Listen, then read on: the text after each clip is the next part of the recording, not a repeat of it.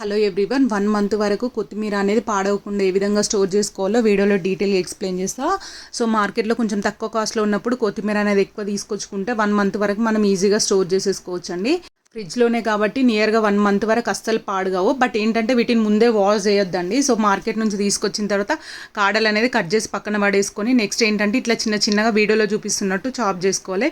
నేను ఆల్రెడీ కొత్తిమీర పుదీనా ఏ విధంగా స్టోర్ చేసుకోవాలని వీడియో చేసిన, బట్ మళ్ళీ చాలామంది అడుగుతున్నారు. ఇట్లా చిన్నగా చాప్ చేసేసుకున్న తర్వాత మనం పుదీనాకు కానీ లేదంటే కొత్తిమీరకు కానీ ఎప్పుడు ఆకుకూరలకి ఏంటంటే రెక్టాంగిల్ బాక్సెస్ ఉంటాయి కదా, కొంచెం స్క్వేర్లో అట్లాంటి బాక్సెస్ తీసుకుంటే ఏంటంటే మంచిగా ఫ్రీగా ఉంటాయి ఆ లీవ్స్ అనేది అందులో. సో మళ్ళీ ఏంటంటే చిన్న బాక్స్లో టైట్గా పెడితే కొత్తిమీర అనేది ఈజీగా పాడైతే. సో ఎప్పుడు కానీ అట్లా పెట్టొద్దు. కొంచెం కింద ఏంటంటే ఒక టిష్యూ పేపర్ వేసేసిన తర్వాత ఇవనేది అందులో వేసేసి మళ్ళీ పైన టిష్యూ పేపర్ వేసేసి మనం ఫ్రిడ్జ్లో స్టోర్ చేసుకోవచ్చు. ఇట్లయితే 1 మంత్ వరకు అస్సలు పాడు కాకుండా ఉంటాయి. మీకు వీడియో యూస్ఫుల్గా ఉంటే లైక్ చేయడం మర్చిపోకండి.